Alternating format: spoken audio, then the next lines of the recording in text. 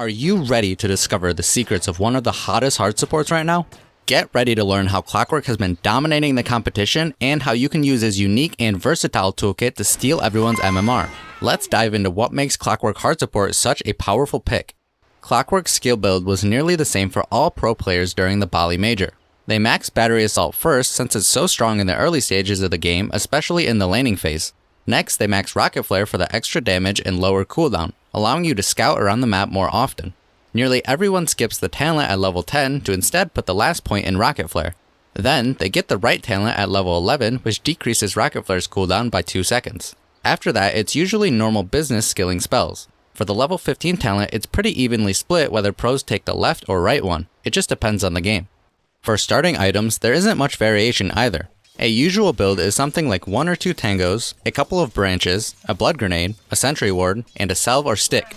If they don't start with a salve, they'll typically bring one out after bounty runes. We'll talk more about why later. Some alternative starting items include Ring of Protection to help you tank more right clicks, or a windlace to move around and get on top of or away from the enemies quicker.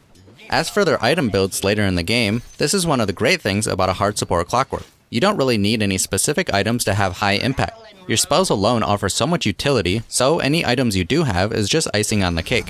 Some items players do go for include the basics like Pavis, Force Staff, Glimmer, Lotus. These are items that are pretty much always good and safe to get. Other more situational items include Solar Crest, Boots of Bearing, Halberd, Aghanim Scepter, Spirit Vessel, Ghost Scepter. It all just depends on the state of the game and what your team needs from you.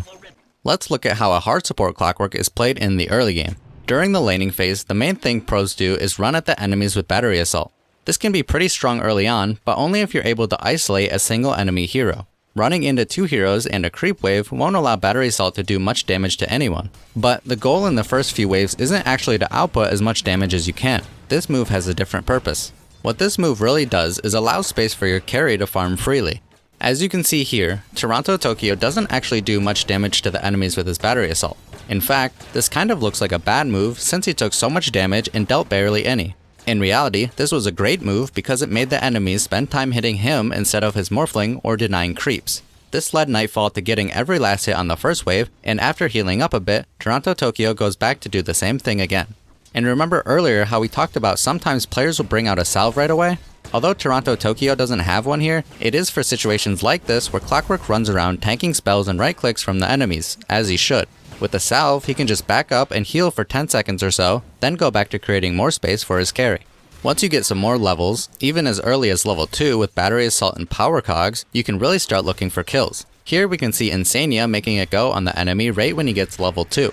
If your lane partner is ranged, it'll be easy for them to stand on the outside of your cogs and attack whoever you have trapped. If they're melee, consider breaking a cog to let them hit the enemy. For this reason, a hard support Clockwerk pairs well with ranged carries like Morphling, Medusa, Clinks, and Drow Ranger. What makes hard support Clockwerk shine is the impact his spells can have in the later stages of the game.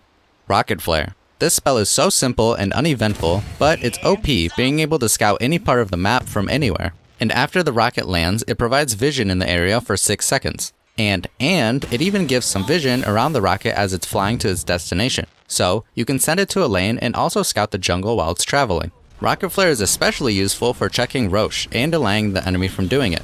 If you're in a good position, you can even try to snatch the Aegis with Hookshot. Just remember that the enemy will be able to tell which direction the Rocket Flare came from, so they'll know where to stand to block you. Rocket Flare has a couple of other useful applications as well. You can use it to push lanes from anywhere on the map. It's not enough to clear a creep wave, but it'll help, especially in situations where it's too risky or scary to be playing around the map. You can stack camps with Rocket Flare. If you're within 1800 range of a neutral camp and you hit it with Rocket Flare, the creeps will aggro onto you. Being greater than 1800 range away will only damage them. If you're not sure how far 1800 is, it's a little less than the range of a level 1 hookshot, which is 2000. Clockwerk provides a significant amount of control in teamfights. With Hookshot and Power Cogs, he can easily pin down enemies, providing the perfect opportunity for his team to attack. Power Cogs can help break up the fight or block off enemies from chasing. And let's not forget that Hookshot is a BKB piercing stun, which is always extremely effective throughout the game, especially when the enemy tries to BKB TP away. Clockwerk is also naturally pretty tanky. Pros have no fear of hooking right into a group of enemies because that's their job as Clockwerk. Initiate, isolate a hero, control the teamfight, tank some damage, and your job is done. If you can survive your initiation, which is actually pretty likely with the help of items like Force or Glimmer, you can continue to have an impact since Clockwerk spells all have low cooldowns. Clockwerk also has the ability to clear neutral camps and creep waves quickly with max battery assault and rocket flare. Being able to do these things is useful for any hard support as it allows you to get some farm and items of your own, and oftentimes pushing lanes is useful for the team in general to relieve pressure on the map. Clockwerk's strength as a hard support lies in his versatile toolkit, his ability to tank damage and control teamfights, and his low reliance on any specific items. With the success at the Bali Major, there's no doubt about his potential in this role. So, why not give it a try in your next game and let me know how it goes. Thank you so much for watching, and as always, I hope you learned something new with me.